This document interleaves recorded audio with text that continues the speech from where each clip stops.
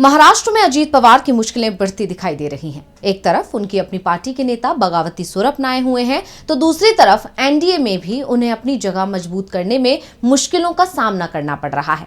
इस बीच अनिल देशमुख ने बड़ा दावा किया है, जिससे बीजेपी और अजीत पवार का पूरा प्लान फेल हो गया है। तो क्या है वो दावा, जानने के लिए देखिए ये रिपोर्ट। महाराष्ट्र में अजीत पवार की एनसीपी मुश्किलों से घिरी हुई है और एनसीपी शरद गुट उनकी परेशानी और बढ़ाता दिखाई दे रहा है।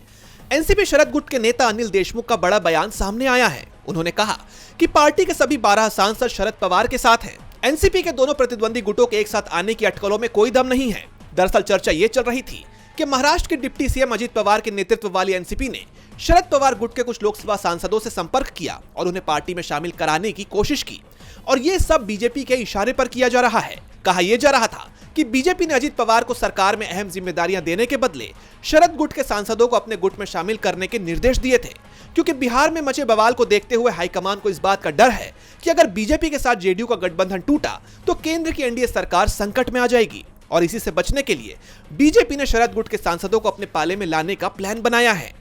लेकिन अब अनिल देशमुख के इस बयान ने उन सभी चर्चाओं को खारिज कर दिया है। वैसे चर्चा तो यह भी चल रही थी कि शरद पवार और अजीत पवार महाराष्ट्र विधानसभा चुनाव के बाद जल्दी ही हाथ मिला लेंगे। दोनों गुटों के विलय की बात भी कही जा रही थी। इस पर देशमुख ने कहा कि यह सब झूठ है। हमारे सभी 8 लोकसभा सांसद और 4 राज्यसभा सदस्य शरद पवार के साथ खड़े हैं। यानी उन्होंने अजीत पवार की घर वापसी के दरवाजे तो बंद किए ही, साथ ही बीजेपी की पूरी प्लानिंग भी फेल कर दी। डीबी लाइव की रिपोर्ट।